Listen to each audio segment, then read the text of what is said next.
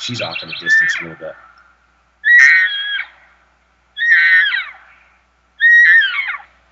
Welcome to the J. Scott Outdoors podcast. Today we have Mr. Chris Rowe and of Rowe Hunting Resources. And Chris has been doing his annual summer vocalization studies, and I guess you would call them studies, perceptions, just spending time with those elk and trying to learn more about their vocalizations with each other. Chris, how you doing? Doing all right, my friend. So I'm Mister now. Am I that old already? Well, like in golf, when you reach a certain level, you become like Sir Nick Faldo. I should start calling you Sir Chris Rowe. That's a good save there, brother. That was a good save. Yeah. Chris, for those people that maybe haven't heard, we've done a bunch of podcast episodes over the last couple years.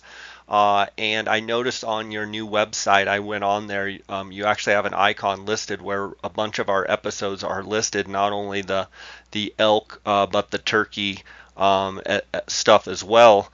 For some of those listeners maybe that are new that haven't had a chance to go back and review some of the older episodes, we're on 300, and I think this will be 315 episodes now.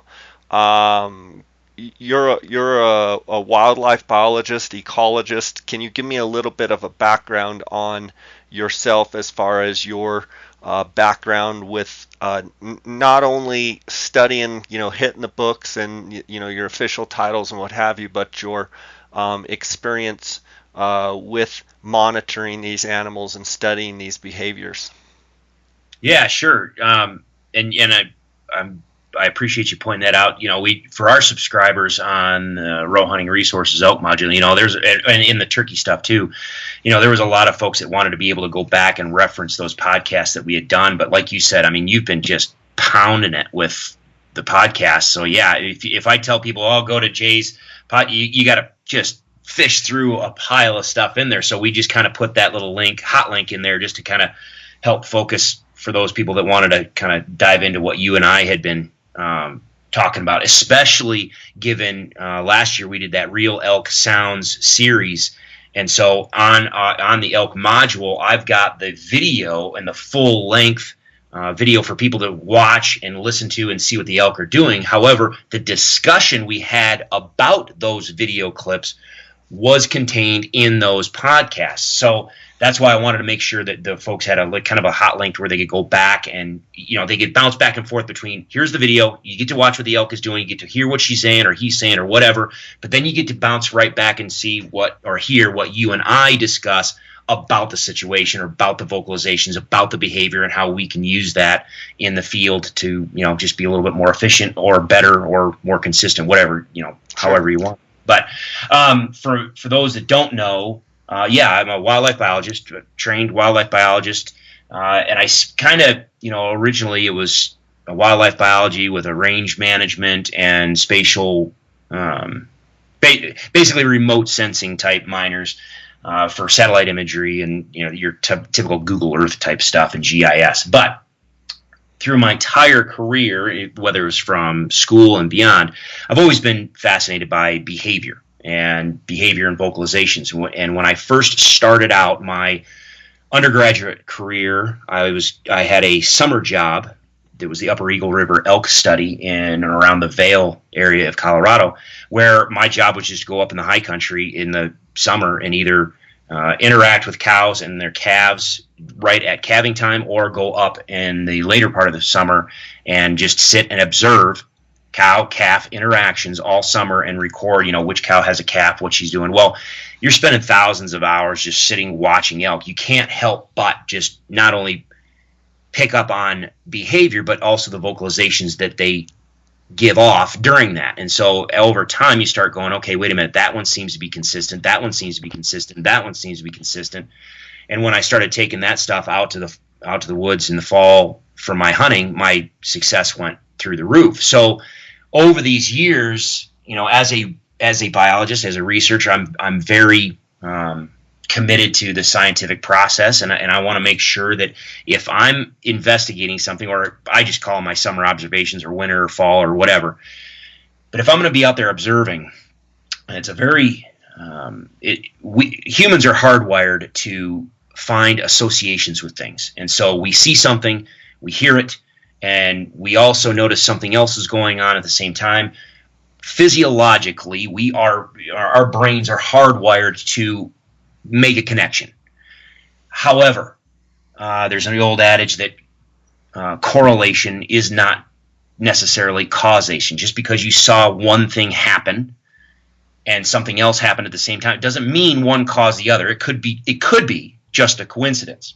Well, when you're doing behavioral research, and especially when you're looking at vocalizations and stuff, and I talk about this on some of my intro videos and some of the YouTube stuff that I've done, you can never prove something to be. The only thing that you can do is kind of disprove it.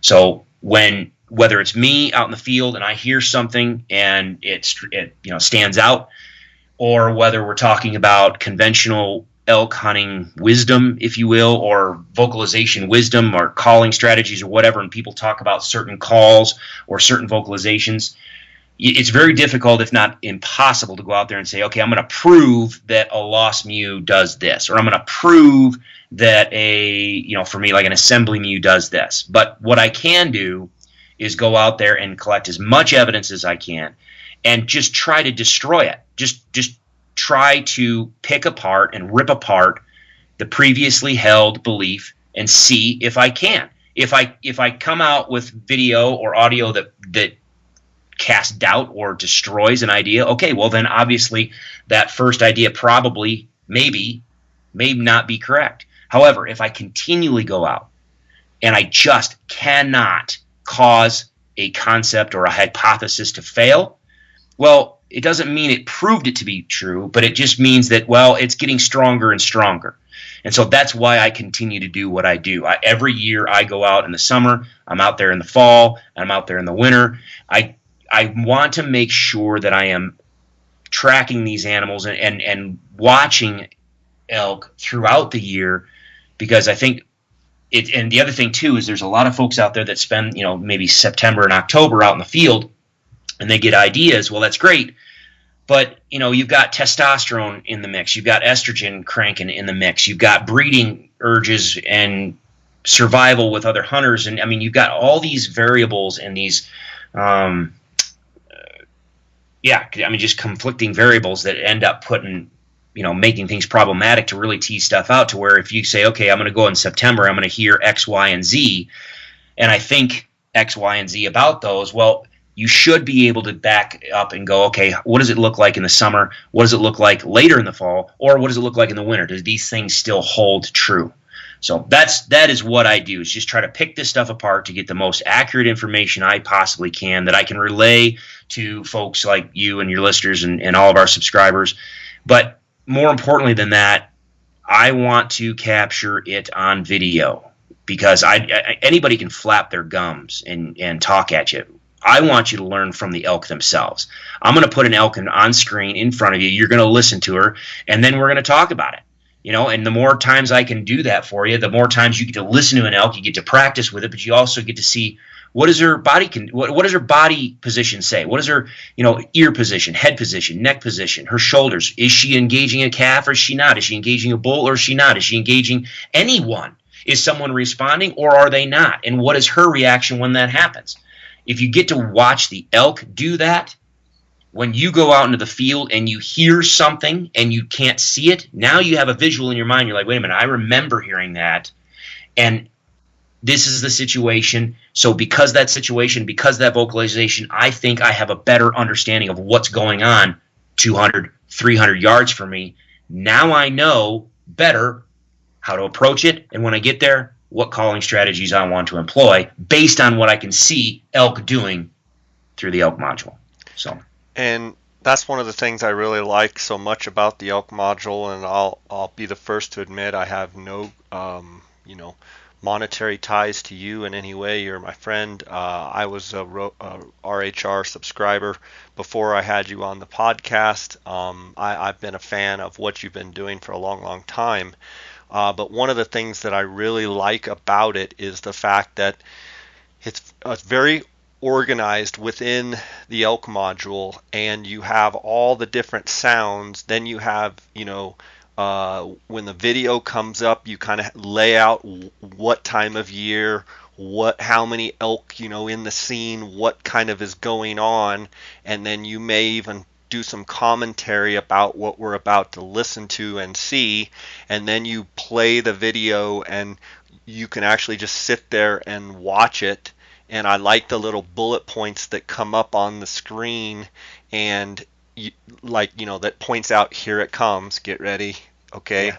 And as far as comprehensive resource of these different behaviors for elk, it's unparalleled. And it's interesting to me that as long as you've been doing this, that you still are continuing to try and learn. And I was going to ask you, at some point you think, oh, I got it licked. I know how to elk call, which you do. I know how to kill elk, which you do. I know all these elk behaviors. But with you, it's a constant. It seems as though you're constantly trying to, with your own perceptions, like you said, prove or disprove, or try and stack as much against what you already believe and see how it stacks up. Yeah. How do you continue to want to just discover more? Quite honestly, well, everybody gets a passion, and I love this stuff. I always have, whether it's turkey vocalizations, elk vocal. I don't care if it's prairie dog vocalizations. Vocalizations, communication, and behavior, and how that causes or maybe not causes animals, but how that influences animals, and how that just relates to their daily life. And from a manager, because I also do wildlife management stuff, from a manager, how can I use that to my advantage? Or from a hunting standpoint, how can I use that as an advantage? So intrinsically, I've always loved it anyway. But quite honestly, I think the thing that really fuels the fire every year, why I just love getting out and doing this, is because every year it seems like there's something a little more or a little different, or you experience something that you just haven't experienced previously. And you and I in previous podcasts, like I just got done wrapping up this past summer's observation session, and so we had talked about the Estrus Mew, Estrus whine, Estrus scream, or whatever people talk about it, and I don't criticize people for how they use that vocalization, but we had talked about, I have a different opinion on what that vocalization actually means. And so you sit there, you say, okay, like for instance, the original assumption, the original hypothesis or the belief is the Estrus Mew or Estrus whine or Estrus scream. It's a sound that a cow makes when she's in estrus and she needs to breed. All right. Well, there's two aspects to that. If we want to really pick that apart and test it, okay, so you're saying it's when she's in estrus, and based on what you're saying, that it's a unique vocalization. Okay, well, let's go out and test it. Can we go out and test this vocalization? Well, like we've talked about in years past, testing whether or not it was an estrus vocalization was probably the easiest thing to destroy right off the bat. I can show you elk doing it in the summer. I can show you elk doing it in the fall. I can show you elk doing it in the winter. I can show you elk doing it in the spring. I can show a cow screaming her head off with that estrus Mew or estrus whatever, with a bull standing behind her, and the bull completely ignores her, moves on, and she is completely ignoring the bull, and she goes over and finds her calf. So disproving any association with estrus was easy right off the top. But the assumption that the vocalization was still kind of a standalone vocalization really kind of held for a while. Even on my elk, you and I are pioneering on this discussion here, because I haven't even put this on the website yet. On the elk module, I talk about, and what I kind of dubbed it was more of like a selfish mew. If you listen to what elk were using that vocalization for, and I can play one for it if folks want to hear it in a second, but my interpretation and all the stuff that I ever showed or was able to find is, you could kind of see it as almost like an extension of a lost mew. It's a way for a cow to really stand out from everyone else, draw attention to herself, basically snap everybody's attention to her and demand selfishly that, pay attention. I don't care what anybody else is doing. Pay attention to me. Listen to what I'm telling you, because you would hear it and then someone would respond or whatever. And then you'd always hear that cow just take a step back and then, deliver an assembly mew or maybe another lost mew or maybe some whines or whatever. But there was always other vocalizations there. Last year I started kind of having some doubts. I started getting some video footage in the summer and also in the fall of some video footage that started kind of casting some doubts on my mind of, well, is it a standalone vocalization or not? Well, goodness gracious, I still need to download it. I've got a video clip of a cow. I mean, she's standing 30 yards from me, and I mean, just blowing the speakers out on the camera. But I mean, she's using the what I call the selfish mew, or what people know it as the estrus mew. She's using that like some people use ketchup. I mean, she's putting it on everything. I mean, lost mews, assembly mews, whines. She was cranking it. Now, so the first layer, a lot of people are like, oh, okay, well, maybe it's something different, or maybe I can use it. My mind goes like 3 steps beyond, and I'm like, all right. So not only is what is she doing and what's she trying to gain from it, that's why I like doing the video, and that's why, you referenced some of the stuff that I put on those videos to establish the context. I mean, that's the whole point. It's fine that you can hear something, but what's the context? What's the context of what's going on, and then what is the resulting outcome of that interaction? And so in this case, she was just, I think, I don't want to say panicked, but almost desperate to, in my mind, get a large group of elk back together. And so it was early morning. There has been a large group of elk using this big, long valley bottom and the open meadows across this valley bottom. And then, of course, you've got cows and calves, and you've got a bunch of calves out there. Well, just like normal, if anybody has watched summering elk, you'll see that calves will end up getting in these big groups, and you'll have 1 or 2 cows kind of looking over the calves. So you have these babysitter groups. And then the rest of the cows and the mothers, they'll wander off maybe a few hundred yards while they feed or do whatever. Well, that's kind of what happened. We had a situation where I'd say 80, 90% of the main group moved down valley. But yet there was probably, I'm guessing, 20 or so, maybe a few more elk that were still lingering behind several hundred yards. And there was only maybe a handful of adult cows, but it was just this big ball of other calves. And this particular cow, I had seen her. She's very, very easy to identify. She must have been hit by a car or she has an injured front leg to where she can't put pressure on it. So I mean, she's very easily identifiable from the way she walks and hobbles.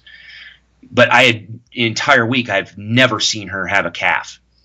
But yet she's just cranking. And so all of a sudden, she's looking back at the adults and the calf group that's lingering way back. But then she'd turn around and look at the main group, and she'd kind of start following the main group, but then she'd turn and go back towards the guys that are lingering, and then she'd just rip it. So the only thing at this point, you say, okay, well, it seems fairly clear that she is trying to keep, trying to encourage that lingering group to, hey, dang it, hurry up, come on, we're all going this way. And that just continued for, 30, 45 minutes until finally, all of a sudden, 2 other adult cows came out. They started using what I talk about, the assembly mew, typical, cow calling a calf to them. So they start using the assembly mew. They're looking in the same direction of that lingering group. All of a sudden, you hear some calves sound off way off in the distance. Well, those 2 cows just take off. They start moving that direction towards those calves. The cow that's injured that was just cranking it, she just turns around, follows them, and just starts ripping it all the way. Well, she gets to the other group, turns around. Now she's looking back at the main big group, and she's yelling at them. So I think at that point, you just look at you like, well, she's absolutely frantic to try to keep, it seems that she's absolutely frantic to try to keep this group together. but the fact and how she started utilizing that particular vocalization was different than I've experienced over these past several years, and that's with hundreds of hours of observation and just hours and hours of video. So all of a sudden here, like you said, you start to get an idea of something, you think you've got something figured out, and then all of a sudden one morning, one cow just absolutely just blows that out of the water, and you're like, I need to rethink what, okay, how can we, is this a standalone vocalization? Maybe not anymore. So I don't know. For the elk module, guys, I'm gonna, when I get back to I've got to do a little scouting for upcoming hunting season. But when I get back, I'm going to start building some of the videos for the elk module, and I'm going to have a conversation with our subscribers and say, listen, let's kind of revisit this idea and maybe take a look at what other alternatives it could be. But by the same token, okay, how can we use this new information in the field for ourselves this fall? Because I took that concept, the estrus mew, or what I call the selfish mew idea, and used it. Part of this in the website, you got the strategies in action, where I take this stuff and actually go out in the field, video it with elk, boom, call the elk in. Well, I used that to call in a couple cows and a really nice bull. But I think now, based on what I'm hearing with this cow, if this continues, it really opens the door on other ways that we can use it for aggressive cow calling that we might not have thought we could have explored before. So, do you think, in a way, our mutual friend Will Primos, you and I are both friends with Will, is a marketing genius, obviously started Primos Hunting Calls. He's kind of the one that, came up with this Estrus. Well, take a step back. I think it was Steve Chappell. Well, Steve identified it, and Will's the one I think coined it. Maybe I don't know, but Steve is the one that kind of brought it to Will and was like, "Dude, this is something we need to." Yeah, I mean, I remember when Steve and I were partners in the guide business for like 10 years. I remember that he got a clip in Unit 3C, I believe, of a cow making a real estrus whine, a real well, there I just said it, a real sound that we're like, what is that? Well, Steve concluded, and it's an awesome video clip, that cow proceeded to have, I think, 6 or 8 bulls come from all directions. 2 bulls fought right in front of them, and basically the cow was just standing there, and all the bulls were, nosing around her and what have you. And so he sent that video clip to Will Primos, and I think Will Primos, being the genius that he is, from marketing, started calling it the estrus. Well, he was calling it the Chappell Scream, the Estrus Scream, the estrus call. I forget all the different names, but in essence, they started making elk calls, trying to mimic that sound. From a marketing standpoint, it was genius, because who doesn't, when they're out hunting, which is a lot of times in September during the rut, who doesn't want to make the quote unquote mating sound or estrus sound? Exactly. So, and Steve even took it a step further. He started figuring out how to make that, estrus type call, or what they were calling the estrus call, with his diaphragm. And I had been doing that buzzing sound, kind of getting that buzz. I think you had been doing it, not as a quote estrus call, but I've heard a lot of elk doing that, and so you kind of get that buzz going. Steve kind of took it to a whole nother level and figured out how to purge his lips in a way to really make that sound, and it just boom, it just took off like wildfire across the elk I guess spectrum. And I give credit to Primos for marketing and what have you. Will is obviously a genius in marketing and has proven it over and over and over. But in a way, with all due respect to Steve and Will, do you feel like in essence it maybe it created a setback in overall elk hunters trying to understand and learn how to be a better caller, not in the fact that that call doesn't work, because we all know that that call at times works great. But do you think from a sense of trying to understand exactly what that sound is, and just like you said, you've heard that sound and been able to document that sound, all 4 seasons, it pretty much right there stacks a bunch of evidence that it's not truly a mating or estrus call. Do you think it created a setback for people trying to learn, or do you think a lot of the general public, they just want to make a call that sounds good and elk come to them, and after that they really don't they really don't pay attention?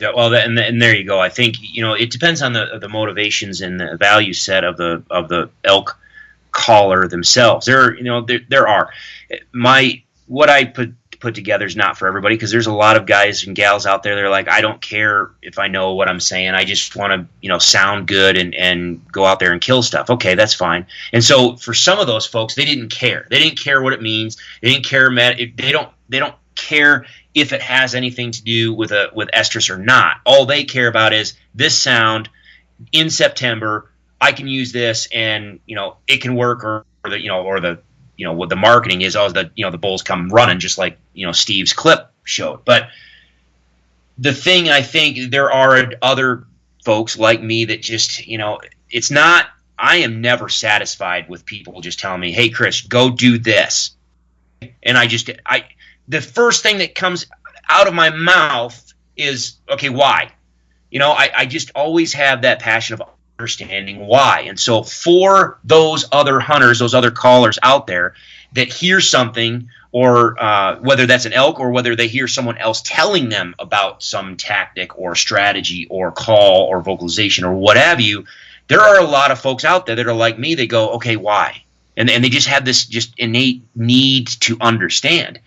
For those folks, I think it may have, because again, for years this was like, oh, it's an estrus call, it's a mating call.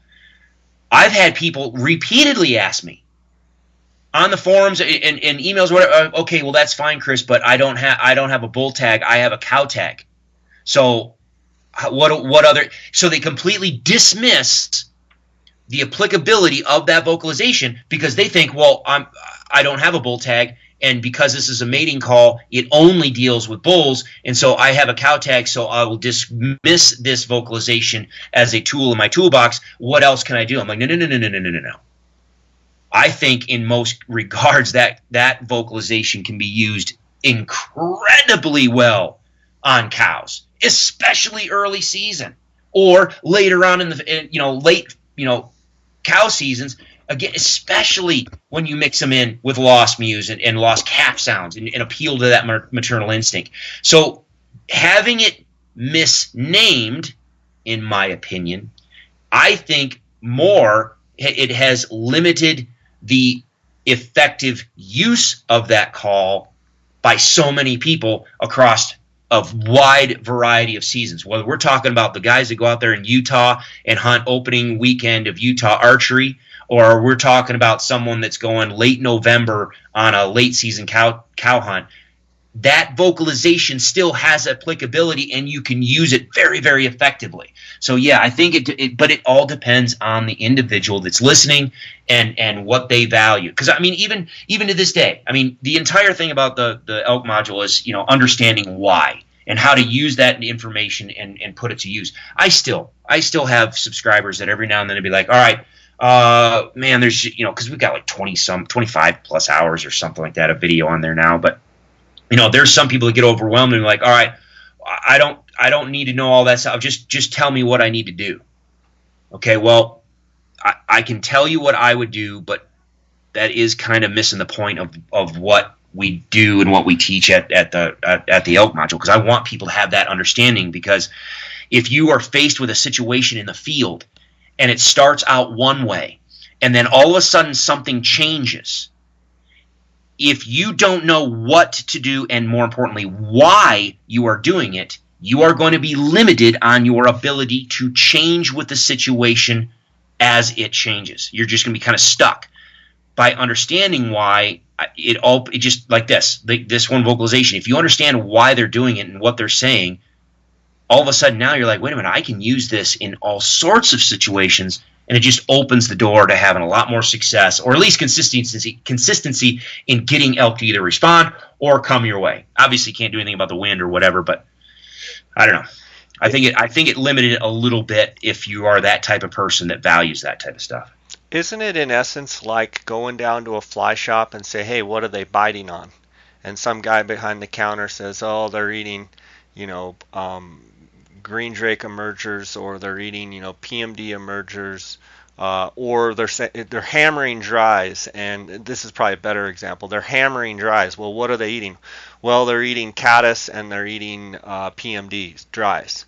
So you go down to the river and you go at 6 in the morning and you get your caddis dries and your PMD dries, and you're out there just flogging the water and you're not catching a fish. And you come back into the shop and you're like, you told me that they were hitting the caddis dries and the PMD dries. And the guy says, well, yeah, they're killing them. And the guy says, well, I just went down there this morning at 6 o'clock and I didn't catch a fish for 2 hours. So now I'm back here saying, I thought I asked you what they're biting on. In essence, you're saying, or you have people say, just tell me what to do, or just tell me what strategy to use or what call to use. And What you're saying is it's a little more in depth than just make this sound and that, stuff's going to come running. Exactly. I mean, and there are some. I mean, it depends on where you're hunting. I mean, there's plenty of people that have success every year just going out there and making elk sounds. Absolutely, I do not deny that. However, there are a pile of people out there that go out, especially over-the-counter units, and where you're dealing with other hunters, where you go out there and you're like, goodness freaking gracious. I do my normal calling and it's not working, or it used to work over here, but over the past couple of years now it's not working as effectively. Or there's some people like, well, I used to use bugles a lot and it worked, but now now it doesn't seem to work. Well, okay.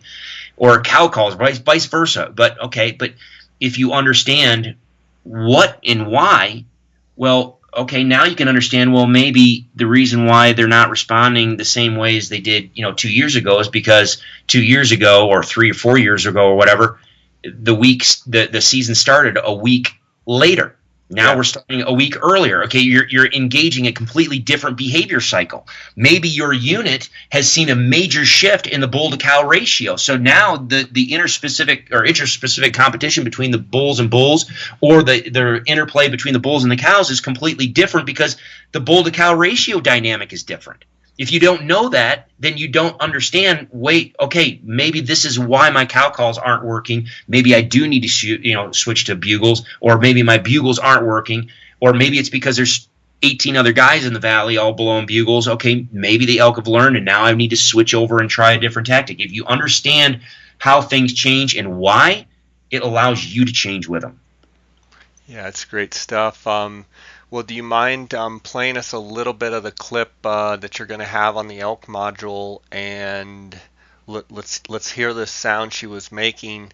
And back to my point earlier, or my question earlier was, do you think there was a setback when they coined this vocalization, Estrus? I think more than anything, maybe it confused people. Exactly. But it sold a lot of calls, and my hat's off to Will and Steve both for one, gathering the footage and making observations, because quite frankly, it's great that people are trying to make observations, and I think you would be the first to admit that even all the stuff on the elk module and everything you say, you're not saying that you couldn't gather a bunch more data and prove yourself that, hey, maybe I was wrong. Yeah. So I'm respectfully just pointing out that, maybe it just confused a lot of people. But there's more to it than just an Estrus call, for dang sure. Yeah, exactly. And I don't Steve and I count Steve as a friend, and I truly enjoy. I mean, the guy's a phenomenal caller, and I learn stuff from him every time I sit and talk with him. So, and I don't mind people saying, it's an Estrus. That's fine. If you want to, it's so ingrained in the elk hunting culture now that I don't think you're going to change that vocalization's title. It just at this point now, I just want people to understand that it doesn't have, you're not.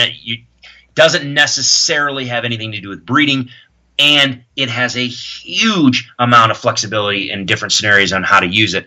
And again, this year, especially this one cow, it just completely blows me out of the water, saying, okay, maybe I was limiting myself on my interpretation on when I was going to use it, and maybe I can use it in these other scenarios. So, well, and don't you think as well, it is very important to be able to categorize sounds so that when you're trying to help people and instruct people and what have you, that whatever you call it or somebody else calls it, if we're talking about the same sounds, even if it has 3 different names, as long as people understand what you're trying to say is all of these different sounds can be used at different times to mean different things and mean the same thing, and that the more understanding that you can get from those sounds to the behavior, the better elk caller you're going to be.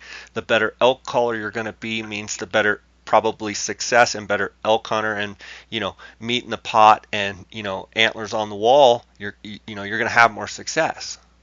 Yeah, I do. I mean, like I said, as soon as I started using, way back when, I mean, late 90s when I started, mid 90s when I started doing this. That's what got me. I mean, that's what lit my fire. Is I heard this stuff in the summer. I went out there and I used it in the fall, and all of a sudden, on over the counter areas, holy smokes, I'm getting elk. Boom, boom, boom, boom, boom. Wait a minute. Yeah, it's pretty rewarding, and it makes you stinking downright happy when you go on a elk hunt and you have encounters rather than you wander around and you blow on calls all week and just you may come across some elk droppings a time or two. So. Yeah, no, in other words, you're in the game as soon as you really got a grasp and understanding the different vocalizations and how they relate to the behavior of the elk.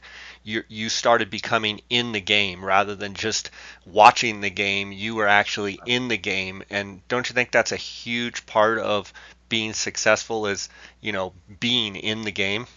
Oh, for me it is, but again, everybody's different. But my value set, oh my gosh, yes. I want to be in, and I talk all the time about you really can't, you'll never make an elk do anything maybe except run. You can spook them. You can make them. I can do that well. Yes. So, but all you can do is really try to encourage, suggest to them what they ought to do or what should be done at that time, and hopefully to sucker them. I just had this conversation with someone the other day. There are some people, and if I'm speaking out of turn on it, I apologize to Dan, but Dan Evans, trophy taker, I mean, that guy has killed some absolute incredible giants. I mean, every year he's just whacking and stacking giant bulls. And I think if I remember correctly, a lot of times he doesn't call. He listens to the bulls bugling. He figures out where they are. He still hunts and slips his way in, gets himself staged, and then as soon as he gets a shot opportunity on that bull, he snipers him. I mean, he's a great shot with a bow, and I mean, he just takes him out, and it's awesome. And I would be a liar if I didn't say I was jealous of his success. I look at his trophy room and I'm like, man, would I love a trophy room like that. However, I can tell you right now, if 2 bulls are standing in front of me and are a couple hundred yards out in front of me, I've got one on my left and one on my right, and one's bugling his head off, and one maybe, it doesn't matter what they're doing vocalizing. If that animal, if I could stalk in on that animal and sniper him without saying a word, versus I call to that animal, I'm going to call to him every time. I don't care if I can sneak in and sniper him without saying a word. Even if I had a good approach, I probably still would set up and call, because that is the part that I love the game. I love that chess match of, can I, quote unquote, figuratively can I cause that bull to stop what he's doing and do what I want him to do? Can I affect that bull's behavior and have him come to me point blank? Can I that's kind of our little tagline, call him to your toes. Can I put this bull in my literal lap? The past 3 bulls I've killed were like 13 yards or whatever. Okay, that is what gets me going. That is, oh yeah. So for me, this is why this stuff that I talk about, this stuff, if you want to go out there and locate animals, fine, do it. It'll work. But if you want to take it to the nth degree and just, bake their noodle and just get those animals to do what you want them to do when you want them to do it, oh my gosh, is it so much fun. And it is more enriching. I mean, you have a better understanding of what's going on. And so everybody that I've talked to that goes out in the field after, going through the elk module is like, it is refreshing to understand, okay, I heard this, then they did that. Now I understand why, and I don't feel bad about it. I'm not frustrated about it. I'm not angry about it. Okay. Well, the bull grabbed his cows and they moved off here, and she was doing this, and she was fine. Okay, fine. Now I know what to do about it, and it allows for a little bit deeper appreciation for what you hear and see out there. And I think I know the answer to this question, but you welcome someone disagreeing and saying, yeah, I don't interpret it this way. This is how I interpret it. You welcome that. Absolutely. Because maybe they've seen something that I have not yet seen, and it just, okay, so all right, I'll take what you just gave me. Now, if you're just going to tell me, okay, that's one level. But if you're going to show, and I've had people say, well, what about this? And they show me a video clip, and it's like, okay, well, now let's dive into this baby, because I want to know, okay, what's the context? What's going on here? Because that is a little bit different than what I've heard or what I've seen or what blah, blah, blah, blah, blah. Geez, Pete, we could go down multiple rabbit holes. I mean, cow bugles, and I can show you if you want. I'll play that one. I mean, cow bugles. People ask all the time, what cow bugles actually mean. Well, it's kind of hard, but I think I've got to, start to move towards an idea of what they may be using them for. People talk about, the bull calling cow's bugle or whatever. That's gotten really popular these days. Well, I can tell you, I can go in and we can look at video, and I can say, okay, well, here it is in this situation. Here it is in this situation. Here it is in this situation. But all three situations are different, and some of them have cows and some don't, and some, okay, let's pick these things apart. I'm not going to, I want that intellectual interaction to say, okay, well, how do we pick these ideas and concepts apart and be better, be wiser, be smarter about the whole thing, to where it allows us to be more successful on each effort. Good stuff. Good stuff. Well, I'm curious to hear the sounds, and I know you'll have a much more full, I guess, audio clip or audio video clip on the elk module, but play us a couple of these encounters that you had, and let's talk about it. I'll do this one. So for those that aren't familiar with the vocalization, this is just a raw clip. I haven't even edited and done much with it. I'll just play it and you can hear it.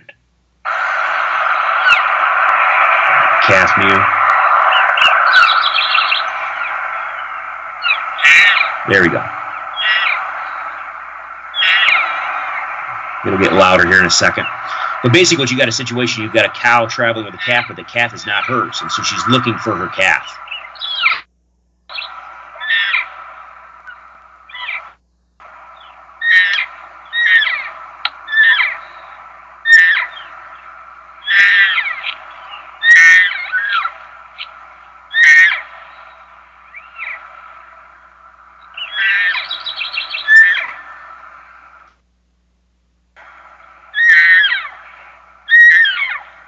You hear that the point of clarification on that is that we all hear that lost mew. I mean, you got a basic lost mew characteristic there: high, long drawn out high note, very short on the low note, just looking for a response, looking for. And if you watch the video, her heads up, ears are forward, she's seeking.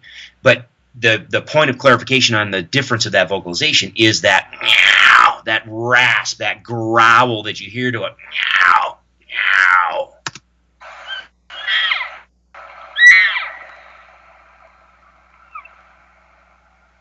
So she takes off running. She's searching for a little one.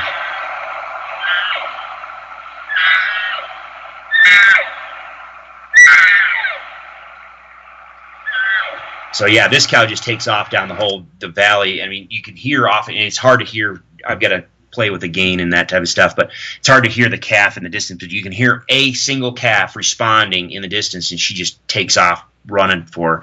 But no, the other one I was joking with you about, tell you about this. She was awesome. Here's another one that the more time you spend with these animals, I don't know, the more fascinating I get. She's awesome. perfect example of assembly mew and a whine, but she does a little of everything. But if people want to hear a cow bugle, this is an awesome one.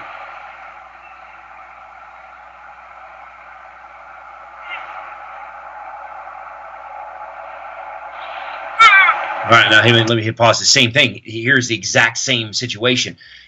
Again, we had the big group of elk were moving down valley. We have the stragglers several hundred yards behind, but the cows that are with the calves that are hanging back may actually not be the mothers of any of those calves. And so here she is traveling with a calf, and first glance you're like, oh, a cow and a calf. Yeah, it's a cow and a calf.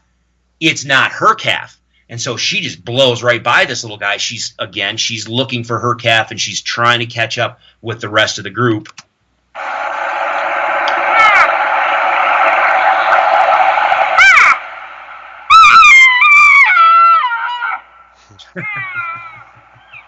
She just rips it. So I mean, all these little things. You start putting things together. Got a couple more. Perfect assembly mew. You can hear the calves in the distance. And now the calves are starting, another assembly mew, perfect one. But, so she's moving towards them. She's calling, saying, hey, come to me, come on out, come on, show, where are you? Come on out. I'm calling you. The calves get up. They start responding, and the calves start coming. And so they just eventually meet up, and as soon as they meet up, it's dead silent. It's done. The vocalizations are done. They accomplished what they wanted to do. She was looking for the calf. The calf responded. She said, hey, I want you to come to me. It's time to nurse. The calf was like, okay. And so over the course of a couple hundred yards, they grouped back up. And as soon as that was done. They don't need to vocalize anymore. So. Now, would you say a year ago that you thought that was more of a selfish mew? Well, that's kind of what I coined it, only because, and again, it wasn't trying to, just be unique on my own. It was just, okay, it's not an estrus mew, so what else is it? So if you looked at the connotation that it's kind of delivered in, it is a cow that is trying to stand out from everybody else, basically be so aggressive, be so loud, and stand out to where she's drawing all the attention to her and making everybody take notice. And I mean, and you can see that when these cows start doing that, you'll watch. Now, the calves a lot of times will start lighting up and they'll start responding, but also a lot of the adult cows will stop what they're doing, pick up their head, look, and they'll okay, who is it? What's going on? What do they want? Oh, okay, never mind. And then they'll either go back to doing what they're doing, or you'll get some cows that go, oh, okay, and they'll start calling back and they'll start moving off in the direction that cow is vocalizing. So that's the only thing that I could think of is like, well, it's more of a selfish, I don't care what she's doing. I don't care what those guys are doing. I want you to pay attention to me. Because a lot of times you will hear this in a situation where there's a lot of vocalizations going on. If there's, say you got a couple hundred cows and calves and they're all talking, well, one more mew in the whole mix of things is not going to stand out. You can even bump up to a lost mew, and that's fine. If the bulk of vocalizations going on in the area are lost mews and other cows calling, well, then at some point you need to do something to stand out and selfishly kind of get all the attention directed to you. And so that's kind of why I called it that. But again, I always, up until last year, I always thought, well, it's kind of a standalone, and it's used for this XYZ purpose. Well, last year it started going, well, maybe it's nothing more than extension of a lost mew. Now this year, and I apologize, I don't have that clip off of my camera yet, but now, I mean, you've got a cow that she's just peppering it on everything. So it really opens it to my eyes and saying, okay, maybe I can expand. I talk about a targeted strategy, in the strategy app, on the little mobile app, or in the elk module. I always, whether it's bull vocalizations or cow vocalizations, I kind of separate things into a passive, targeted, or an aggressive strategy, depending on what I want to do. Targeted strategy, you're using more lost mews, assembly mews, and you're speaking directly to other animals, telling them what you want out of them. Well, now, I think with this, and what I'm learning from this last year, and especially now this year, I'm thinking, man, we've got some opportunities to really expand on how aggressive we can get, even within the targeted strategy, and then especially when we get into a more aggressive cow calling strategy. So, Pretty awesome stuff. I want to take just a second here, Chris. Just take a quick break. I want to thank the sponsors of this podcast. I want to thank GoHunt.com insider Lorenzo Sartini and his crew for creating such a great resource for Western hunters. Also want to encourage you, if you want to sign up for the insider, you can use the J Scott promo code. That's going to get you a $50 GoHunt.com gift store store credit, and you automatically are going to get that $50 store credit, and you can use that for field tested, hand picked gear that they are selling on the GoHunt.com site. And what they wanted to do is basically get a lot of the gear that is necessary for a lot of these Western big game hunts and house it all on one site. I want to thank them for their sponsorship. I also want to thank Kuyu Ultralight Hunting, Jason Hairston and his crew, and want to remind you guys to go out and find the Kuyu Mobile Showroom and find out what cities it's going to be in, and it's been overwhelming, the response of the Kuyu Mobile Showroom. Also, phonescope.com, Cheston Davis, they were able to figure out how to adapt any spotting scope or optic to any phone, and can help people take photos and videos immediately. If you use the JScott16 promo code, you're going to get a 10% discount. And then the outdoorsmans.com, 1-800-291-8065, Cody Nelson and his group, the Optics Authority. If you use the JScott promo code, you're going to get a 10% discount there at the Outdoorsmans. And I bring that up because the reason my podcast is able to exist, and the reason that I'm able to spend as much time as I do with it, is because they're very loyal sponsors, and I appreciate their support, as well as all the listeners out there. Chris, you play these sounds. It seems like it's an ever evolving situation where you're reevaluating what you previously thought, and you're coming up with new, maybe hypothesis. You're coming up with new conclusions. It's a revolving deal. But I would say that that sound you just played, whether it's a selfish mew, whether you consider it an estrus mew, which we can already say that that would be a sound that people would be saying is an estrus, but it's not. That's in the middle of the summer, and you've already said you get the same sound. But wouldn't you say that if you had that very, excited, you talked about sounds, and if you just made a normal lost mew or an assembly mew, it's not going to stand out, but that cow is going to stand out. Would you agree that if you were to play that exact sound in a scenario during the rut when there's chaos going on and bulls bugling, that you would have a pretty good chance that a bull, maybe not the bull that you're after, but a bull is going to come and check you out because you're standing out, and it's almost like you're insisting, that cow is insisting that she wants someone to come to her and she's agitated? Would you agree that sound, whatever we call it, or anybody calls it, that has a good chance to have a bull come to that cow? Absolutely, no, without a question. That's the thing, is I've never criticized the application of that vocalization in a calling scenario when you're dealing with bulls.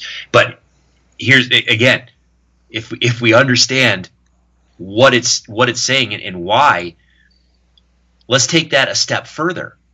Sure, if you've got a herd bull with cows and there's satellite bulls, I can almost guarantee you start cranking that, and one of those satellite bulls is going to come running over you. Okay. Now the other flip side is you're like, okay, well, I want to call that herd bull, and if I do that, then maybe I get on the edge of those cows and I start cranking. Maybe he's going to come over and swing around and check me out and figure out what's going on and give me a shot. Absolutely, that could happen. But here's the beautiful thing about it: because it doesn't have anything to do with estrus, because you're not necessarily talking to a bull.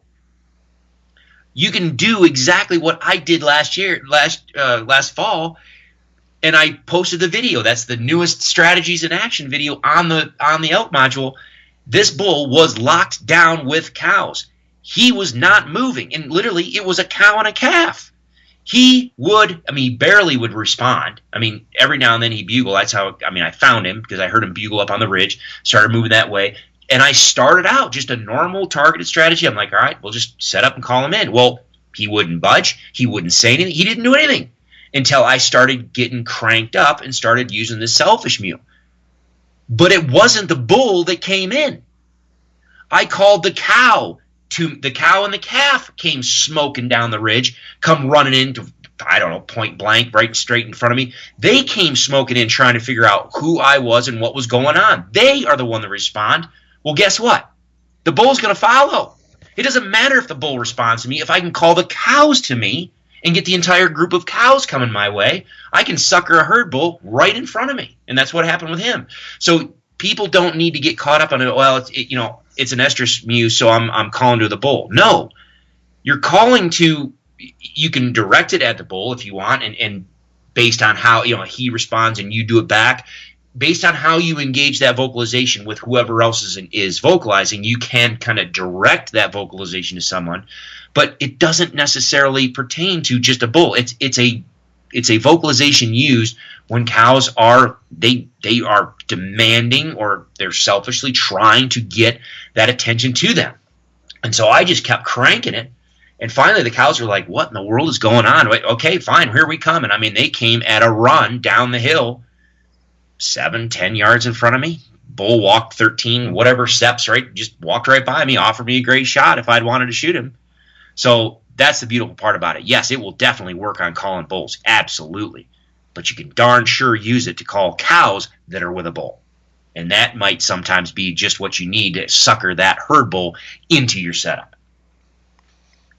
Good stuff. Really good stuff. Chris, let's shift gears just a little bit here. After our last podcast, I had a question come in from a listener, and I'll read the question. Let's see. It says, "Hey Jay, can you discuss on an episode what calling strategies you would use, if any, during early archery elk hunting in Colorado, 8/26 to 9/4? Love the podcast." I would say, let's talk about, yes, he's talking about hunting Colorado, but I think you could assume that, anybody hunting early season, and maybe talk a little bit about what kind of calling strategies that you would use, Chris, in the situation. I'm sure it's a question that you get all the time. I'm sure it's something you've answered a lot. So what are your thoughts when someone says, it looks like this guy's dates are going to be the 26th through the 4th? I guess first of all, what would you anticipate? He's hunting Colorado. In your experience, what would you anticipate the vocal level of elk? And it probably depends, but kind of walk us through your experience of maybe what you're expecting, and then what your strategies would be based on different scenarios. Yeah, well, he's gonna. I'll be right out there with him. Same thing. That's our season, in Colorado starts the last Saturday of August, so it kind of rotates across a 7-day period over the years to where, this year we're August 26th. That's early. For a lot of places, that's early.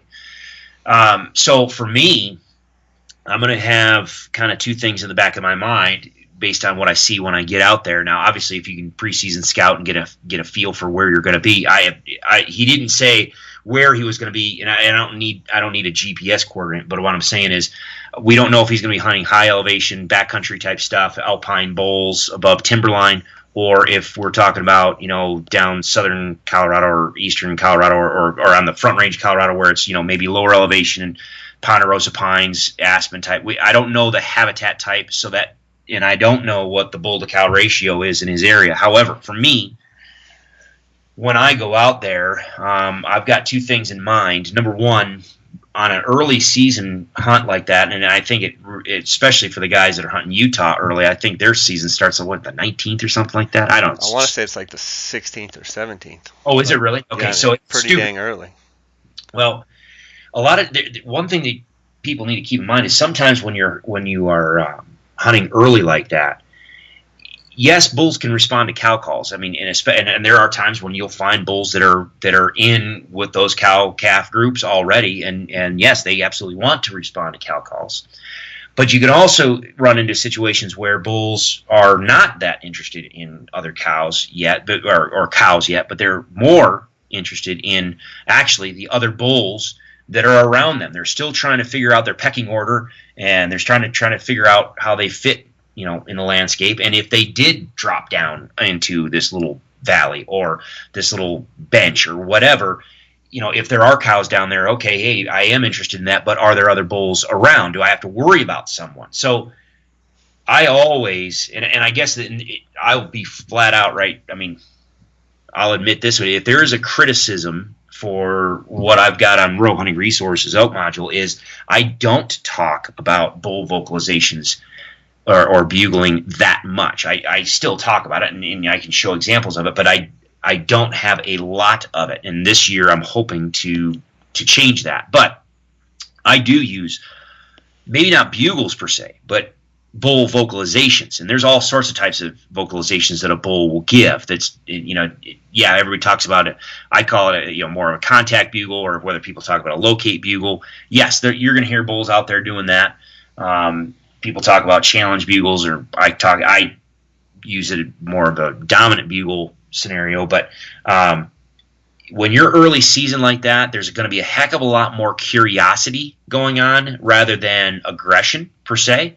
And so bull vocalizations like, contact bugles, but I also do, I'll put the whines in there, the moans in there, what I call a check bugle, where, like a bull will start, and then he kind of changes his mind, he stops, he hesitates, and then he kind of falls off and finishes it. All sorts of these little subtle sounds that bulls will give. A lot of times that is what I'm going to be using. So when I go on opening weekend, that's exactly what I'm going to do. I'll probably start off sending out a bugle, contact bugle, see if I get any responses, anybody talking around me. If so, great. I'm going to move. If I do, and I can pinpoint where they are, I'm going to move in. I'm going to get set up. And I typically do. I will usually start off with a cow calling strategy. And for me, most of the time, it's going to be a targeted strategy. So I'm going to really focus on those lost mews, assembly mews, and that type of stuff. If that works, great. If it's a bull that I want to shoot, great. If it's not, I'll let him go. Or if it doesn't work, I need to keep working him. If it seems like he's responsive to cow calls, but he just is not, fired up too bad and wanting to move in, okay, that's fine. I will probably stay with a cow calling strategy, but I'll either just position, or I'll change, maybe to an aggressive strategy, or I'll play around with what cow vocalizations I'm doing. But there are times where it's very clear that you can throw, he bugles, you move in, you give him a cow call, he says nothing. You give him a little bit of a level 1 contact bugle, just nothing, just and boom, he hits it. Okay. If he's more interested in bull vocalizations, well, okay, that's what I'm going to feed him. I'm going to do the exact same thing. I'm going to locate him, try to pinpoint him, move in, get set up. But now I'm going to use those bull vocalizations to try to sucker him in all the way. Now, the one thing that I'm putting this video together now for our guys, for the subscribers, there's a lot of subtle chess playing that you can do with some of these more subtle vocalizations that bulls do. And if you if you start practice with them and play with them, you can literally slip in and get close. There are two schools of thought with generally bugling bulls. When we're not talking about challenging them, we're just talking about generally using bull vocalizations. Some people will say, okay, well, just mimic what the bull does. If he bugles a certain way, you bugle a certain way. And if he does it again, you do it again. And if he changes, you change with it. You basically keep right there and you match and do what he's doing. The other school of thought, or the other part of that is if he bugles and you bugle at him, okay, but start counting, like as in seconds. Look at your watch or whatever, and sorry, okay, 1,000, 2, 1,000. If he waits 30 seconds or a minute to respond to you, then you wait 30 seconds or a minute to respond. Basically, again, you're still mimicking what the bull does, but also from a tempo type of deal. If he's fired up and just going crazy and just stomping on you, okay, well then you can be a little bit more fired up and crazy and stomping on him. But if he's really low key, then mimic that and stay low key. Well, I completely agree with both of those things, and I do that. However, one thing that really, if you're going to be using bull vocalizations early and utilizing that strategy, one thing that's always been very, very successful for me is, yes, I will wait the amount of time that he, I'll keep the same tempo going, and I will kind of mimic what he does. For me, I always want to, in my opinion, this is just my opinion, my tactics, what I do. Most of the time, I will start my engagement with him trying to be just shy of what he is or what he is portraying. Again, remember, bulls are vocalizing because they're trying to paint a picture. They're trying to relay an idea to other bulls out there. Now, something like a contact bugle, you're looking for a response, and he's making contact with others. But as they're doing that in other vocalizations, they're trying to size up their opponent, potential opponent, vocally before they ever lay eyes on them. And so there's a school of thought that, okay, well, you want to be their equal, you want to match them toe to toe. Okay, well, hold on to that thought a minute. And then there's the other school of thought where, no, I just want to do a quote unquote spike bugle. I just want to sound like a real weak, small bull. Okay. The thing is sometimes when we sound like a small bull, we can get bulls to respond to us, but they really don't ever want to make a movement towards us. And I can show you that on the elk module repeatedly. Bulls responding to a contact bugle, but never making a step in their direction because there is no threat. If you are clearly a lot less or a lot more timid or a lot less unsure, not as confident or whatever, or you appear to be that way based on the vocalizations that you're giving, there are times when you get some of the older age class bulls that are like, well, I'm not going to waste my time. I'm not going to go down there to chase off a 3x3. I'm just not going to do it. So that's where it lends credibility to the idea of, okay, well, if I match him toe to toe, if he bugles this way and I bugle that way, and he steps it up and I step it up, and he steps it up again and I step it up again, well, then maybe that's going to lend itself to where we're going to fight and have that conflict, and I'm going to challenge him and blah blah blah, and he knows that he needs to come down and fight me. Well, that may be the case. But like you and I've talked in the past, I mean, you've got lovers and fighters. There's some bulls that just do not want to fight. They're just going to take their cows, or they're just going to move out. They just don't want the conflict. Especially, say you've got a 3-year-old bull or 4-year-old bull that just got his butt whipped 8 ways from Sunday up the valley, and all of a sudden he comes back down, and now, just like you and I mean, who do you want to fight with? Someone who is at least as good as you? That's the thing is, I mean, I don't want to fight with anybody. Okay, so you're a lover. So there you go. Well, no comment. Some would argue that too, but yeah. So the thing is, some of these bulls, if you match them toe to toe, that can kind of be intimidating. And so what I always try to do, but by the same token, you still have to relay the idea that you're a serious. You could be a serious threat. You're somebody that needs to be addressed. But I might be a little less than. So I always try to come in on my perceived confidence, dominance, aggression, interest, etc. I always try to come in just shy of what the bull is doing. So if he bugles one way, I'm going to cut. And anybody that's listening that's a subscriber, I bracket things like a level 1, level 2, level 3. It's just a way to, okay, level 1, it's very, very passive, very low key. Level 2, okay, it steps up that intensity a little bit. And then level 3, okay, we're going max intensity. Okay, so when I talk about a level 1 contact bugle or a level 3 dominant bugle or whatever, it just kind of brackets how intensive are we in that scenario. So if a bull comes at me like a level 2, moderate level of intensity, rather than hitting him with a level 2, I might come in at a level 1 and then kind of creep up and embellish a little bit, and then step back and kind of sound a little bit more nervous, to where I want to kind of meet you, but I'm a little worried about doing that. I want to match you toe to toe, but I'm kind of concerned about it. I'll tell you right now, the one thing, the reason why I started doing that is because if again, you're never going to make a bull do anything, but you can put in his mind what he ought to do, what's in his best interest. If he thinks there could be another bull in the area that he's going to need to address later on, but he thinks that he's got the upper hand at that moment, he will absolutely freaking take advantage of it. Absolutely.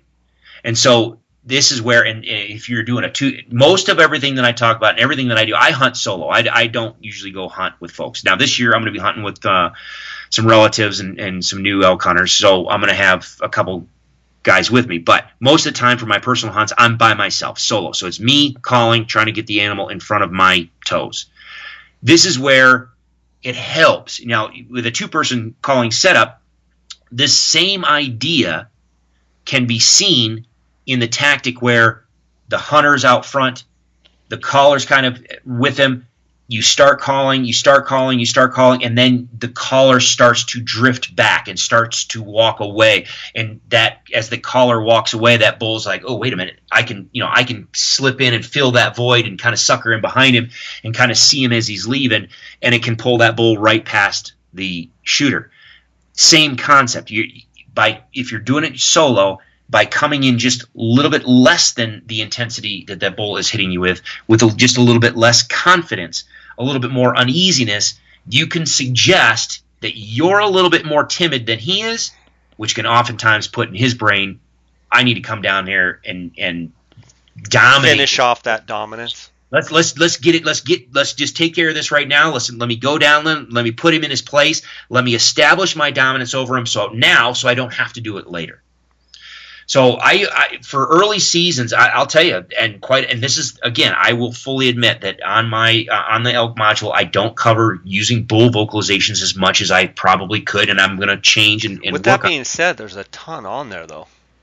No, absolutely. But like, for instance, when I had a place down in southern Colorado for years that literally, if you there was no point to pulling a cow call out of your pocket come opening weekend. There just wasn't, especially these years where you're starting like August 25th, 26th, 27th. Just leave your cow call in your pocket.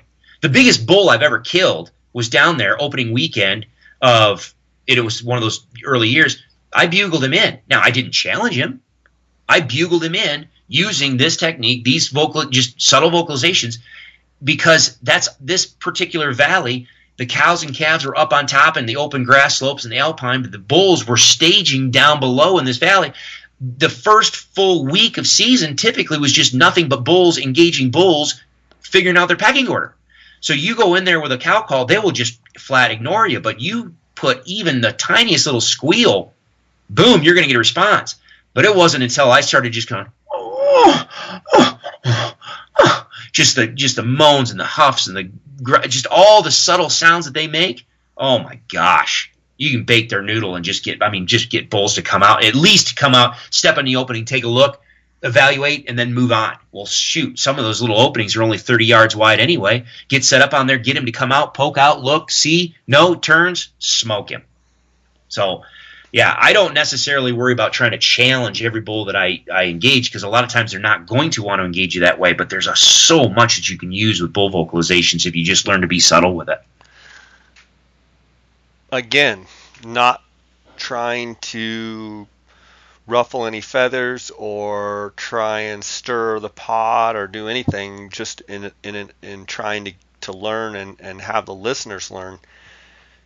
Do you think a little bit in education over the years of people talking about challenging bulls and, oh yeah, I don't even carry a cow call, I just challenge bulls?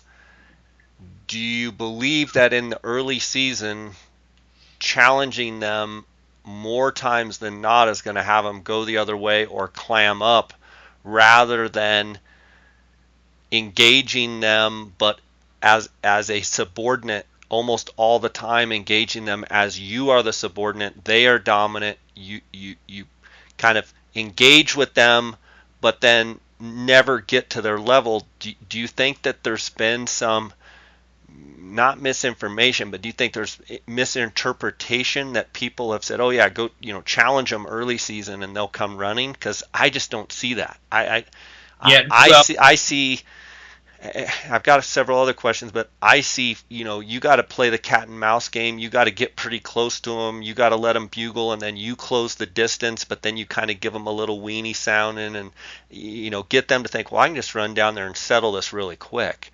Whereas I've heard a lot of people say, oh no, early season, lots of bugles, lots of challenges, just sound for sound, just back and forth. And I totally agree with what you're saying on the fact that challenge for challenge doesn't usually work early season.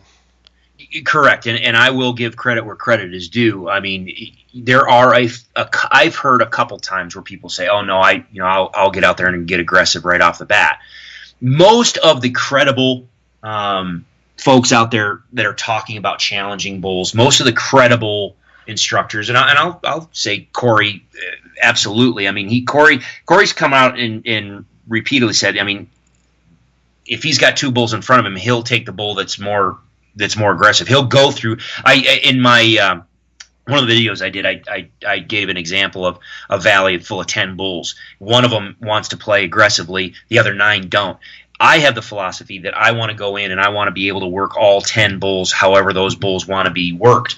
Corey's flat out said and repeatedly that he is seeking that one bull.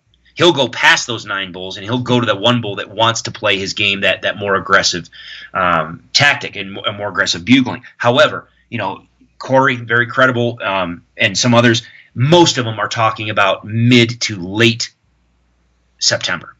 Very few of the credible guys are talking about going out there the opening weekend and just cranking, because it's very, very rare, in August especially, but even, say September 1st, it can be very, very rare across the broad spectrum of elk and elk habitats and elk seasons.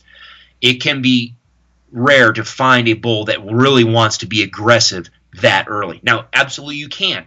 You and I had spoken a little bit before about, just with my summer observations this year, I've already seen a group of bulls already, what appears to be, make that pre-rut move. They've already split up and they're already moving up the mountain heading toward those cow-calf groups. Well, if that's the case, and you've got a situation like that where things are happening early, I talk about that with a Rethinking the Rut series. I give you all sorts of information on what really triggers a cow to come into estrus, and the fact there's only one thing that's going to push it late, but there's several things that can actually pull it early. And if those things are in play, you could technically have a bull that gets in, say, with a group of cows and calves on August 15th, and he's in there for the next 2 weeks, and I mean, he's got them locked down, and the cows are with him, and they're starting to synchronize, everything's going well. Okay, that particular bull in that particular situation might lend itself to be more vulnerable to a more of aggressive bull vocalization, more aggressive, challenging kind of tactic. However, the vast majority of over-the-counter units, and especially where we've got, maybe 10, 15, maybe 20 bulls per 100 cows, where you got low bull-to-cow ratio, most of those areas, though, when you're dealing with early season, the aggressive style bugling does not tend to work as effective on the whole, in my opinion, as does the more subtle, kind of chess match type deal that I explained. Now, again, though, when we start, if we're talking about moving and transitioning into the middle part of the September or later part of the September, oh yeah, absolutely, all tools are on the table. But early season, I think you're right. I think if people stick with more contact bugles, those subtle sounds, I think they're going to get better traction with it. Does your frequency? Okay, you're talking about intensity of bugling and aggressiveness and such. Early season, when you're hunting high country in Colorado, are you bugling more or less than, say, you'd be bugling right during the peak of the rut when they're going nuts? Good question. I think if I be honest with myself, I think I probably just take the temperature of what's going on around me, regardless of the time of the season. I let the elk kind of dictate what's going on. And so if I get a opening weekend, I get up into on a ridge or whatever, and there's a little bowl in front of me, and I think there should be something down there, I'll send out a contact bugle, level 1, just start the conversation. But I'll give it a few minutes. I'll let it sit for a while, and wait and see if I get a delayed response. It may take several minutes to get a response. If I don't get a response, I'll do it again. Maybe I'll step up to a level 2, or and keep on going up to a level 3 or whatever. By that time, if I've gotten more of an where I'm doing a contact bugle with chuckles and everything else, I'll move, because any real animal that's up there looking for a response, they're not going to stay static forever. They're probably, if they're looking for a response and they're seeking, they're probably going to move. So I'm going to move, but at the time, I'm going to just kind of start off really, really low key until I get a response. And then based on that response and how fast that response comes, that is when I will evaluate how, like you said, my tempo, how much do I want to vocalize, how fast do I want to vocalize, and et cetera. But I don't really think that, for me, I don't think that changes per se from across the season. I'm going to still do the same thing, even mid to late season. I'm going to send it out there, I'm going to let it sit, and I'm going to base my reaction off of what the elk dictate their tempo and their mood is. Okay. We've seen it for many years too, the old, you want to sound like early season, you want to sound like the herd, and you want to, have cows going, calves going, bulls bugling, and I don't know that that's really the right advice. I've heard it over and over and over and over, for probably 20 years, that you want to yeah, and just get all this chaos going. Does that play into you're kind of going to observe a basin, what's going on? It's dead silent. Are you? I mean, I think we've all heard it. You want to sound like a herd mentality to get that one bull to come up and check you out. While I agree with that, don't you think there's a time and a place to kind of ease into that? So maybe a contact bugle, level 1, like you're talking, and no response, and then so maybe a little bit of cow talk here and there, and then maybe you give it 15 minutes, and then maybe a bugle or two.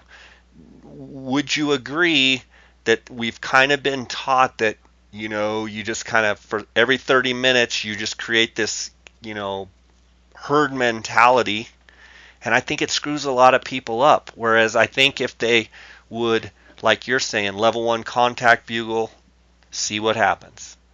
Okay, maybe throw in a little bit of just cow calf back and forth, and maybe a bull, small little bugle after that, and then just wait for a little while. For me, what I hear people doing with their cow call is they try and do way too much, and they're going yeah with the same mouth call. It just doesn't sound right. Yeah. Thoughts? Yeah, that's where, again, how I set things out. What you're talking about is what's been coined as, building the excitement. I remember Jim Horn, when Jim Horn was. That's exactly what I'm talking about. Jim Horn saying to, build the excitement. Build the excitement. Okay, and don't get me wrong. I mean, it works. It can work. And I've got a buddy of mine who has followed along with Archery stuff for years, and he a couple years ago he went up and he was hunting and ended up palling around with another guy that he just ran into, and this guy did that. He was very aggressive with his cow calling it, and they had a lot of response, and it was working great. So he called me back. He's like, "Oh my gosh, this worked." I'm like, "Yeah, I talk about that. It's more of an aggressive tactic. When you start doing that type of deal, you are." This is a longer conversation, and there's a lot to it in the Understanding Cow Vocalization series about what kind of imagery you're portraying and why it's actually happening. I always recommend, I never discourage someone from getting aggressive. I just always encourage them to not start there. A lot of guys are, think about it. We've waited all year. It's 52 weeks out of a year, and we've got 1 week to elk hunt. We just dream about it. We obsess about it. And so when we finally get out there, we're like, we want this to happen now. And so the tendency is to say, well, if I want things to happen fast, then I'm going to do it fast and aggressive, and I'm going to make this happen. Well, okay. You might run into a bull where that works, and that's awesome, and it's epic, and you have it's that sexy elk hunt that everybody wants. However, a lot of times if you start aggressive, and that's not what the elk are into at that moment, it's hard, if not impossible sometimes, to backtrack and tone it down because you've already you already put in their mind something going on up there. And if they're not interested in that, now you try to step back and tone it back, they still have that lingering image in their head. So I always recommend, and I think you do the exact same thing, is start low, either low key, passive, whatever you want to call it. Start off light, and then allow yourself the ability to build up if you need to. People ask me all the time how much I call. With the strategies in action, I've had numerous people. Oh, okay, well that was great, but what would you have done if you were hunting? I would have killed him. I would have just shot the bull. What I just showed you is no different than what I do in a hunting scenario because I just put the bull 10 yards in front of me. So I only call as much as I need to, I will call as much as I need to, but never more than I have to. Because I always want to leave myself room to adjust if that scenario changes. If I start passive, it doesn't work, and I start to creep up to targeted, and I get a response, boom, okay, great. But if I need to stay targeted and that's what they want, okay, I can stay there, and I can bump up to aggressive if I have to, but if I don't, I can just work them with the level of intensity that they want for as long as it needs to get that animal in front of me, or at least for me to evaluate if that's an animal that I want to take anyway. So I agree with you. There was a time there where people were talking about build that excitement. But yes, it does work. It's a great tactic. I use it as a last resort. I build up to aggressive when I have to, but understanding that once you go aggressive, sometimes it's either all in or done. It either works or it doesn't. And if it doesn't, go find another elk or come back another day and let things completely settle down because it's going to be difficult to backtrack once you've committed to that type of strategy. I want to say, in an effort to try and also answer John's question, and we've been talking about, calling elk to us.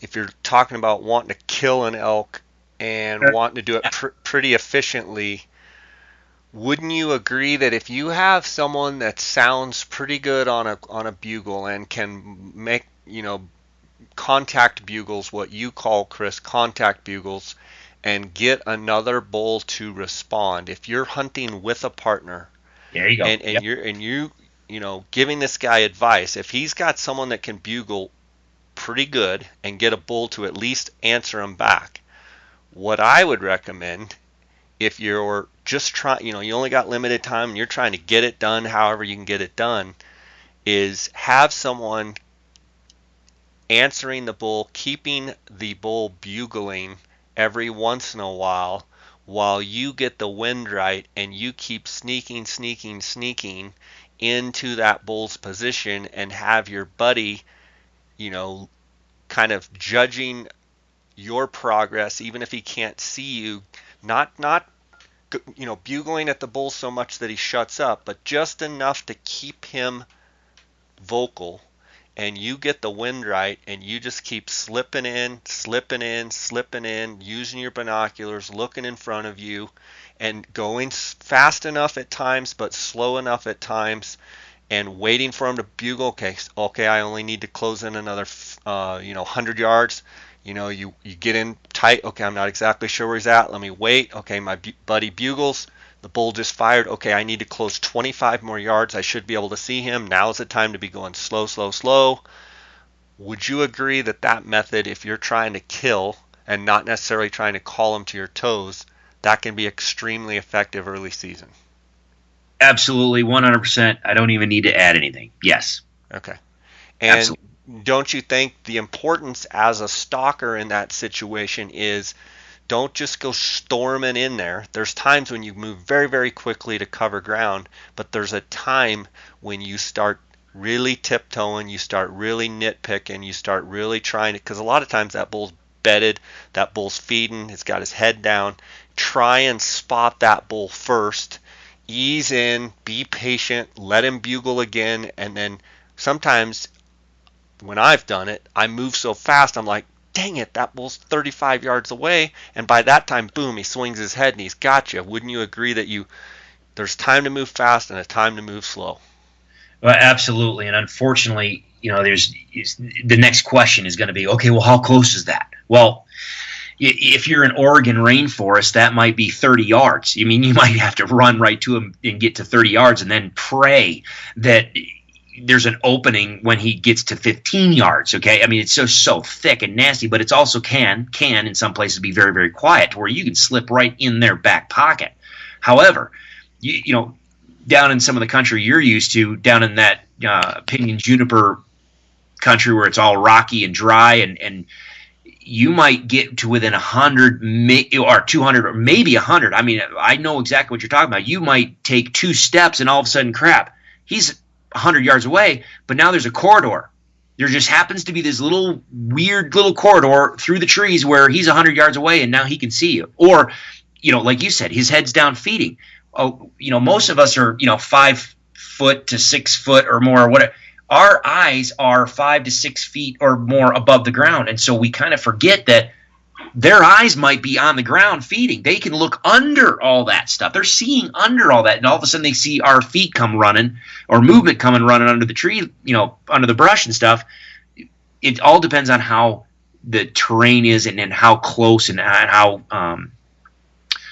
how thick it is just how thick the cover is and how loud it is on your approach. But and unfortunately, that's just going to take experience. But typically for me, if I've got a movement on an animal, I will haul butt. I mean, I will run. And that was funny. A couple years ago, when I went with one of our friends down in Arizona, I was like, all right, are you ready? He's like, yeah. I'm like, let's go. And I take off running. He's like, what are you doing? I'm like, we need to go. He's like, yeah. I'm like, no, we need to run.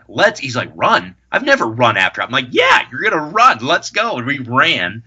You get to within about 200 yards of where that elk is, and that's when I'm going to start really slowing down. And, sure, all of a sudden he bugles, and you can tell by the terrain or you can tell by the vegetation it's thick through there. Okay, then I'm going to scramble. If I can scramble without busting him, I'm going to scramble. Close the distance. Get in there. Or you're monitoring, hey, is that bull easing our way? So when your buddy bugles, you need to be stopped and you need to be really listening and you need to be figuring, is that bull stationary or is that bull on the move? And if he's on the move, where do I need to get for his next 50, 60 yards? All of a sudden he's going to be in a shot position where he's coming right by you. That's where you don't need to be moving. When your buddy bugles, you better be stopped and you better be listening. And then judging from what the bull does, if you think he's in the same spot and you need to keep going. If you like, dang, that bull's coming closer, then you need to be figuring out where you can be to cut that bull off and be on the downwind side so that you can use that wind to your advantage, even if you need to advance to his position.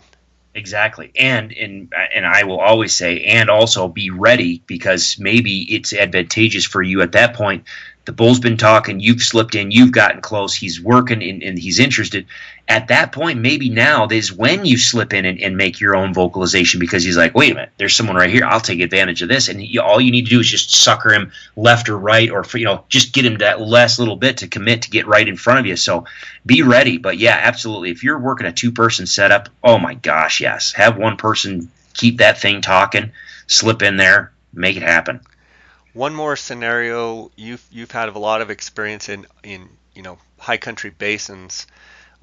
Is there ever a time, say opening morning, or let's say the night before the season, you're watching where elk are coming, say out of the timber? Maybe there's a patch of timber and then it's above timberline, and you're kind of trying to get their behavior. You wake up in the morning and you're kind of at a spot where you glass across and boom, they're already there, but listen, they're already going right back in where I saw them the night before. Is there ever a time where you don't actually pursue them that morning, but sit back and observe, and I'm talking for this early season stuff, where they're in a pattern? So I'm just actually not even going to pursue them. I'm going to sit here and watch them go back into that timber patch, and this afternoon I'm actually going to be over in that timber patch if you can get over there with the wind being right. And I think that's an effective strategy for early season, doing a little more observation than, blowing and going and, charging in after them. Your thoughts? Absolutely, always. If I'm up in the high country and I've got a chance to sit and glass from a distance and get a commanding view of what's going on, I'm always going to sit there and watch. And maybe it's going to be a couple days. Especially if they're not very vocal and they spend a lot of time out in the open, where it's going to be difficult for they're not vocal anyway, so calling might be difficult. They're out in the open, so approach might be difficult. At this point now, positioning is key. Taking advantage of when they are vulnerable, and that may be when they drop down to get water, or that may be when they drop into their timber, where they go to bed, or when they come out of that timber patch from bedding, like you said, depending on what the wind is doing. I always am going to sit and watch and try to get a better game plan. I mean, heck, the big bull I killed a couple years ago, I was there the night before. We sat and watched, glassed. The next morning was opening morning. I just sat on the hill. The bow was with me, but I just sat on the hill and just sat there and glassed to figure out where the elk were. And I came back in that evening once I figured out this is where the elk are, this is where they should be, this is what they should be doing, this is how they should be coming out. Okay, I'm going to call this way, and boom, it worked. But absolutely, if you're in the high country and you have the ability to leave, okay.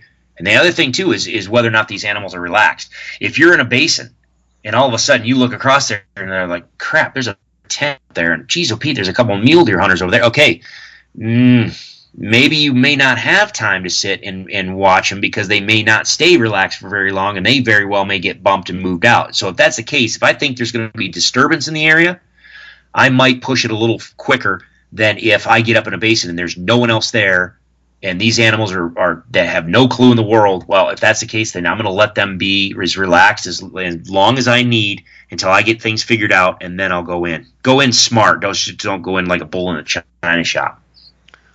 For sure. One last thing I want to add in, I think a tactic that can be extremely effective early season is, Chris, I don't know if you have it on the elk module or not, but the vocalization that I'm talking about, when you've seen it a bunch of times where you've got 4 and 5 point. Well, it doesn't really matter how big the bulls are. They make the same sounds. When bulls early season are in that mode of just checking each other out, and they're just, they're not aggressively fighting, but they're ticking antlers, and they're making those, yeah.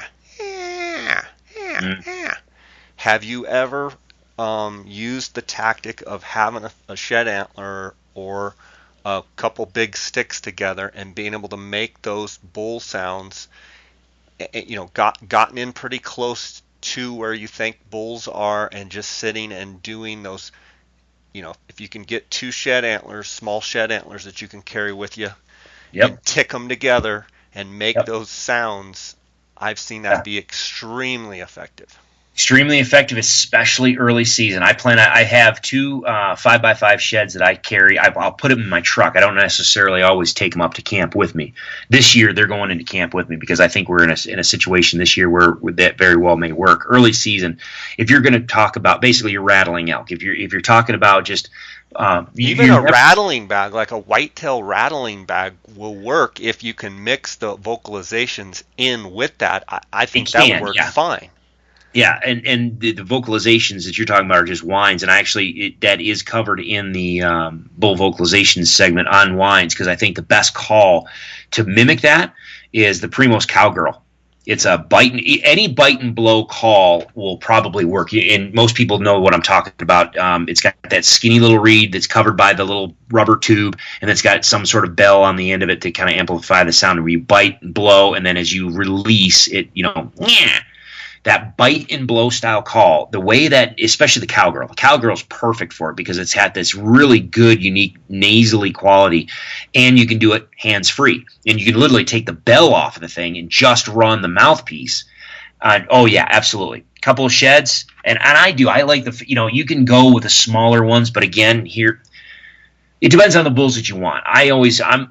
Me personally, my preference, that's just me. I like trying to find those 5 or 4 year old bulls or better.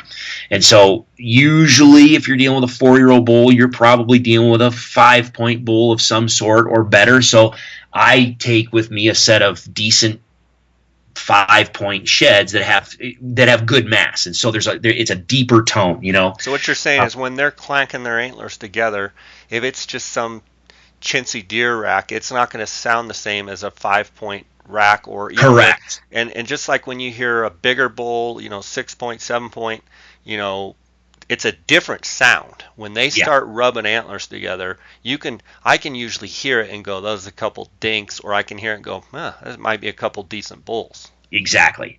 And the other thing too, for anybody out there that's listening that whitetail hunts and that starts thinking, oh yeah, I know what you're talking about. You mean tinkling your antlers or doing a fight. Okay, just scrap the fight idea, because there is no way you're not going to reproduce the sound of two bulls fighting. I'm just going to tell you that right now. It ain't happening. The amount of sound and commotion that happens, I don't think a human can physically reproduce it. So what we're talking about is sparring, especially for early season. That early season sparring where we've got two bulls just kind of checking themselves out. And I love it, because if I know that their bull went in and bedded in a certain spot, sometimes that's all you need to do is he's bedded 100 yards in front of you in there. You get the wind in your face. Everything's set. Just let it settle down, and then you just start playing with antlers and just doing those whine. And I get great. I provide an example of it in the bull vocalization series. However, I also have a gallery video footage of bulls doing it. Now, they were sparring in the winter, but same thing, exactly same thing. So you can hear exactly what those bulls sound like doing it. But yeah, putting those whines, those nasally whines in with the sound of those antlers clanging together, man, it can absolutely be good. But generally speaking, you're right, it's best for early season. Yeah, I mean, it works best in early season, and it's really deadly in early season. A guy I know in southern Colorado, when I used to hunt with him, he would do that. He would always carry elk antler, and he was deadly with that. I mean, he would we would try and sneak in pretty close, and if we could see some elk or knew where some elk were bedded, and you could get in, say 100 yards, and you do that. I mean, it is almost, I don't want to say every time, but they dang sure are going to come check it out. Well, and the other thing too that people need to keep in mind, that you don't expect them to vocalize. No, I mean, they'll come in silent. They will not make a peep. Yeah, they'll just come sneaking in, and I mean, literally, you need to sit there and watch. And again, keep your eyes down low, because I've seen repeated times where elk come in and they put their nose right almost on the ground, and they are physically, purposefully looking under the branches. They're under that clear zone under the branches from about knee high and below. They're putting their face down there and they're looking because they want to see the feet. They want to see things move. So a lot of them are going to come sneaking in. But if you know that ahead of time, set up with a doorway. Again, we can talk about doorway principle, all that stuff, but set up to where you can cover his approach, or especially the downwind side, make sure you have an avenue where you can see and you can shoot on the downwind side. If that bull starts to kind of swing around, you've got an opportunity. But yeah, it can be an awesome tactic early season. You mentioned the doorway principle, and we've covered a lot of ground.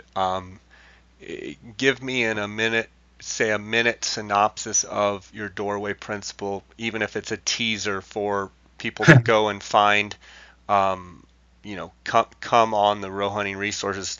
The doorway principle and your interpretation and of how that works, in my mind, is the absolute biggest groundbreaking thing in all of my elk education and trying to learning your doorway principle and how those elk use that doorway is, in my mind, the most important thing of anybody that's going to try and call an elk.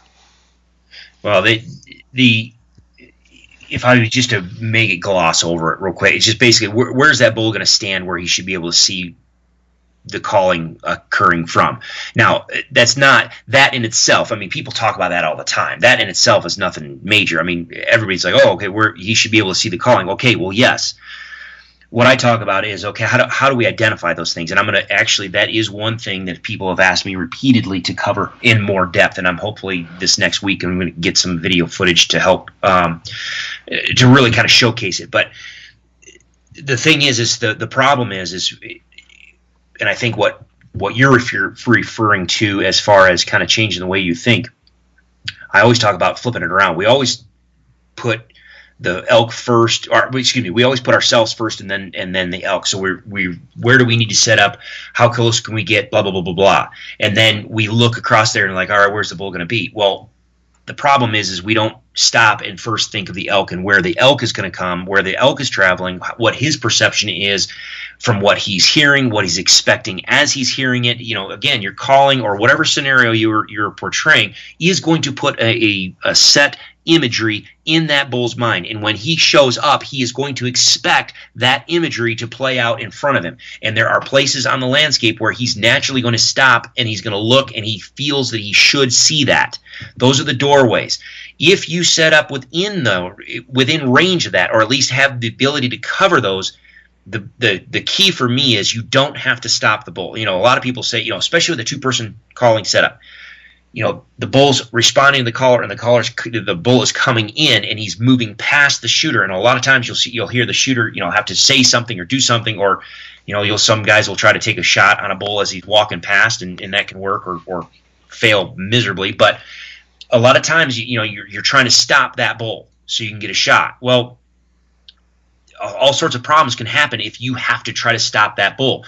Now he stops, he's looking in your direction. He's, you know, a lot of times, especially, alert.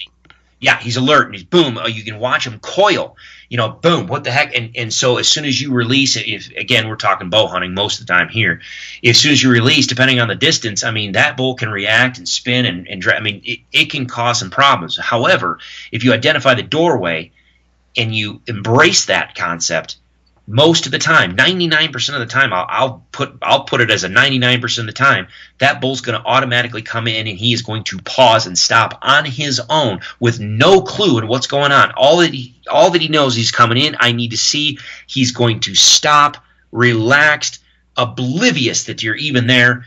And if you're within range of it, I mean, you can zip him without him even having a clue that an arrow's been sent on its way. I think you're just scratching the surface there of what you really go into on the elk module. And again, you also have the, you know, they want to see you first, hear you second, and smell you third. Once you are able to grasp your concept of the doorway and, you know, see, hear, and smell. Yeah. I think it takes people's elk hunting level of you know, proficiency or efficiency.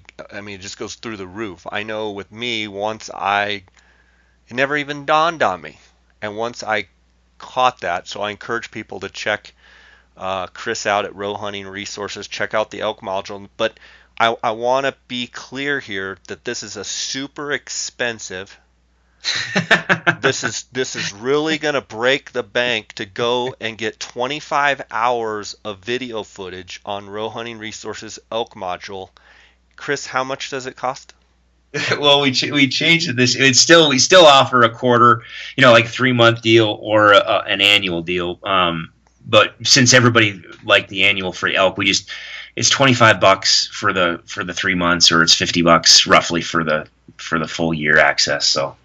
So it's thousands of dollars. What'd you say it is? 25 or $50? Yeah. I mean, I can raise it for you if you want. Golly. I mean, it never ceases to amaze me of how valuable of information you can learn and how, you know, reasonable of a rate that you charge, Chris, for Row Hunting Resources. And I want to encourage, and again, I have zero involvement in Chris's company. I don't get any money. He's my friend, and I'm a follower, and I've been a follower and subscriber for many years. So I see the value in it, and I encourage the listeners out there to go check out more of Chris's stuff. Chris, where can they find you? Just rowhuntingresources.com. It's ROE huntingresources.com is the website, and then just if you want to sign up, just there's a little tab at the top that says sign up, and you can click it, and it walks you through it. It's pretty easy, and it's instant access. Basically what it is, it's an online library of information. So once you subscribe, you have essentially a pass, a library card that allows you in, and you can see and do whatever you want in there. And every time I do, if I come up with a new video or anything, I just load it, and it's there for you. There's no upgrades. There's no it just once you subscribe, you have full access to it, and I just constantly keep adding stuff to the library, and you can go in and check it out and learn as much as you want from it. And there's a forum in there as well. And then if people want to follow on social media, I mean, it's just Row Hunting Resources. It's Facebook, Instagram, our YouTube channel, same thing. We've got some other stuff on our YouTube channel, a little bit of diversity there. So yeah, there's all sorts of stuff in there that folks can look at. But there's a lot of information in there. Take it step by step. I'm putting together a little syllabus and kind of a little like short course type idea for some folks that say you sign up late, and like for instance, for folks that are getting ready to go for Utah, and you're like, holy smokes, I want to subscribe. Okay, well, you may not have time over this next week to go through all 25 hours. Okay, so what are the highlights? What can we do? Well, I've got some videos in the beginning, about getting started of, if you're a beginner, if you're a seasoned caller or whatever, here, check these videos out first, start there, get a handle of them, and then expand from there. So there's a bunch of stuff in there for folks, but yeah, I mean, we try to keep, and that's the other thing too, is I try to keep it very similar to the cost of, say, a magazine subscription, or heck, a pack of broadheads anymore is going to cost you $50. I want it affordable for everybody, and it always has been. That's the other thing. We didn't make a change on this. This is the price structure we've always had. We've always wanted to keep it reasonable, so that way even kids, teenagers or whatever, it's not like you got a bunch of money out there. If you want to learn something, well, shoot, sign up for 3 months. You'll have it, and especially if you sign up now, you've got it before season, during season, and then even post-season. So now you can prep, go out there, hunt, experience, and then you can even come back and then reevaluate what you saw out in the field with the stuff that you see in the elk module, and compare notes and learn that way too. So, well, I just want to say I think it's super undervalued in the fact that you should be charging 10 times the amount that you're charging. I want to encourage people to check it out. It is an amazing resource. I've used it for a long time, and I will say there is no more comprehensive resource out there for getting to hear all the different sounds and see the sounds. So you're seeing the elk make the sounds on the videos, and then you have all of Chris's commentary. You have the little pop-ups on the screen and such that are telling you, hey, that's an assembly mew. Hey, he goes through, hey, here's a targeted strategy. Here's an aggressive, he's got all the different strategies, and then your strategies in action where you're actually going through call-in scenarios where, you're saying, you're talking. One of the things I really like is you're talking to the camera and you say, okay, you hear that bull in the distance. We are going to use this strategy, and you go through all your different strategy. We're going to pick this one out, and this is the one that I'm going to use to try and call in that bull. And then you interact with the camera the whole time, and you're whispering to the camera a lot, and then you're calling, the elk's calling. I mean, it's just a great resource. So thanks for doing all of what you do. Thanks for spending time here with us on the podcast. And I hope, John, the listener that wrote in wanting to get some early season, tactics and strategies that you would use, get some value out of this. And just want to thank all the listeners out there for their support of this podcast. And I'm going to continue to have guests such as Chris that bring great value to this podcast, and going to continue to learn, and just grateful for the support that I get from all the listeners that are so loyal. It's just it's very humbling. Are you gonna keep the promo code from them this time? Are you gonna hog that one for yourself? Yeah, I'm thinking that it should be $1,000 to sign up. You have a promo code that gives them a discount, do you not? I do. I was going to say, yeah, a J. Scott listener gets a penalty, and it's a 20% surcharge. 20% discount. If what is it? J Scott Podcast. Yeah. Just it's if you're a new subscriber, if you're new to it or whatever, and you want to subscribe, just it'll ask you towards when you start going through. It's towards the end, and it'll ask you like a promo code, just J Scott Podcast, all one word, and it'll knock 20% off for you. Fantastic, man. Well, sounds good. That's the thing is, I don't want people thinking I truly enjoy your friendship, and I've learned a heck of a lot from you, especially on some of the different, when we were down in Arizona and what you showed me down there and some of your tactics and techniques and different habitats. It's very eye-opening. That's why I do enjoy being on this podcast with you, because you're one of the few people that get it, and I appreciate that. So I will do this as long as the Lord lets me, and as long as you want me on here, I'm willing to jump on and share as much as I can. So, no, I enjoy it. And people need to remember, too, you kind of glossed over the fact that you, last year, that Real Elk Sound series that we did, a lot of that footage was your footage that you incorporated into that stuff. So it was phenomenal. So it's a great resource, and you've definitely contributed. So I appreciate your help immensely. Right on, buddy. Sounds good. God bless, and can't wait to dive into the elk module and see some of the new stuff that you've got. So Right on. until we talk next time, God bless, and I'll catch you later, okay? All right, be safe. All right, buddy.